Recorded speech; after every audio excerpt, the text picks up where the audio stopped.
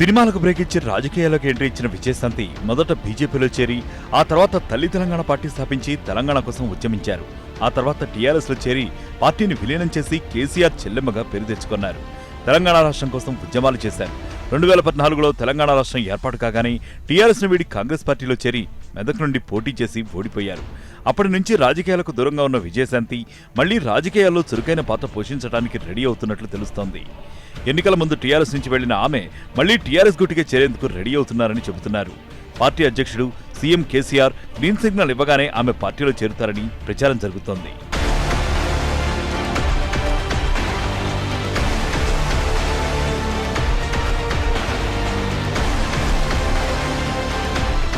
TRS అధికారంలోకి వచ్చినప్పటి నుంచి అన్ని పార్టీల నుంచి భారీ స్థాయిలో వలసలు జరుగుతూనే ఉన్నాయి. కానీ పార్టీ వీడి వెళ్లిన వాళ్ళు ఇప్పటి వరకు ఎవరూ కూడా చేరలేదు. కానీ రాములమ్మ రీఎంట్రీతో మళ్లీ మాజీ నాయకులు అందరూ పార్టీలో తిరిగి చేరతారని వినిపిస్తున్నాయి. 2019లోపు టీఆర్ఎస్ పార్టీ మంచి నాయకత్వాన్ని పటిష్టంగా ఉంచేలా చేయాలని కేసీఆర్ భావిస్తున్నారు.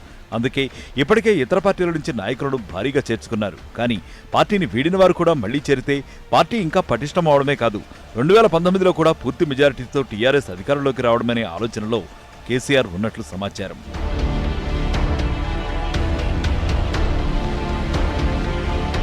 రాములమ్మ సన్నిహితులు ఇప్పటికే టీఆర్ఎస్ అగ్రనాయకత్వంతో సంప్రదింపులు చేశారని, కేసీఆర్ దగ్గర ప్రస్తుతం ఈ విషయం ఉన్నదని అంటున్నారు. ఒకవేళ రాములమ్మ కనుక మళ్లీ పార్టీలో చేరితే ఆమె ఎలాంటి ప్రాధాన్యత ఇస్తారు అన్నదానిపై అప్పుడే పార్టీలో చర్చ మొదలైంది.